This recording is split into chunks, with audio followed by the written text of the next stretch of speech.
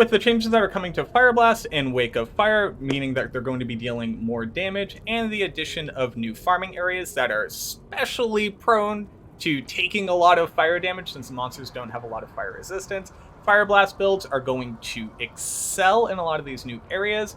And there's only a few things you really need to know about Fire Blast. Like the other traps, it's all based off of your increased attack speed. It has a set radius for its explosion, so what you see is what you get. It's going to deal damage in a pretty localized area, but if you're throwing it into the middle of a pack of monsters, you'll tend to hit all of them since monsters group up pretty well. And unlike the other traps, this skill actually benefits from plus elemental fire damage and minus enemy fire res on your gear. So while Wake of Fire won't benefit from any facets, Fire Blast will. And then the other thing to know about Fire Blast as a skill itself is that it does not have next hit delay and can be spammed along with your other trap skills without replacing them or overriding any of their damage durations. So when you're dropping down your other traps, being able to pepper in Fire Blast is an amazing way to up your DPS. The thing that I will say for Fire Blast, since the assassin is so mobile, you typically set a few of your traps and then run by. Being able to lead Fire Blast to where monsters will be is the most important thing to understand.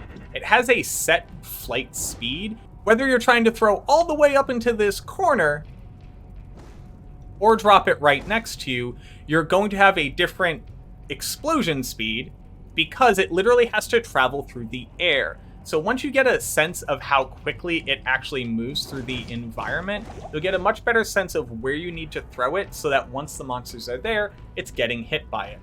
So these are for people who want to play a higher APM version of the build and want to keep moving as fast as possible. You need to get a sense of the trajectory and the velocity of these projectiles so that you're consistently hitting monsters as you run by, as opposed to just throwing out some fire blasts and kind of hoping that they hit. While this isn't technically a specific thing about Fire Blast, I did want to drop this in here just in case somebody had never really thought about it. You can kind of keep this in mind. The Pure Fire Assassin, which is going to be your Fire Blast, your Wake of Fire, and your Death Sentry almost inevitably, along with different skills and shadow disciplines and potentially getting Dragonflight for the teleport, it gains a synergy from every elemental trap in the Assassin kit.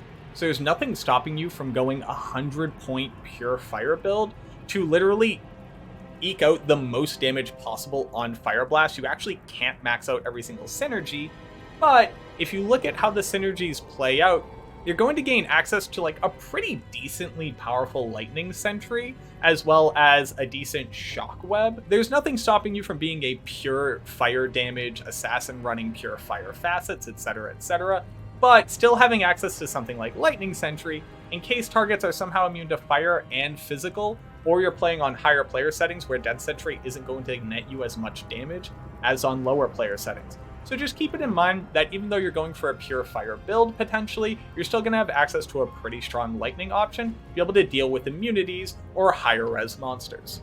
And whenever you're trying to theory craft out a build, look for opportunities like this in Fire Blast where you're not penalized for dipping into other skills that are going to get you more tools to put into your kit.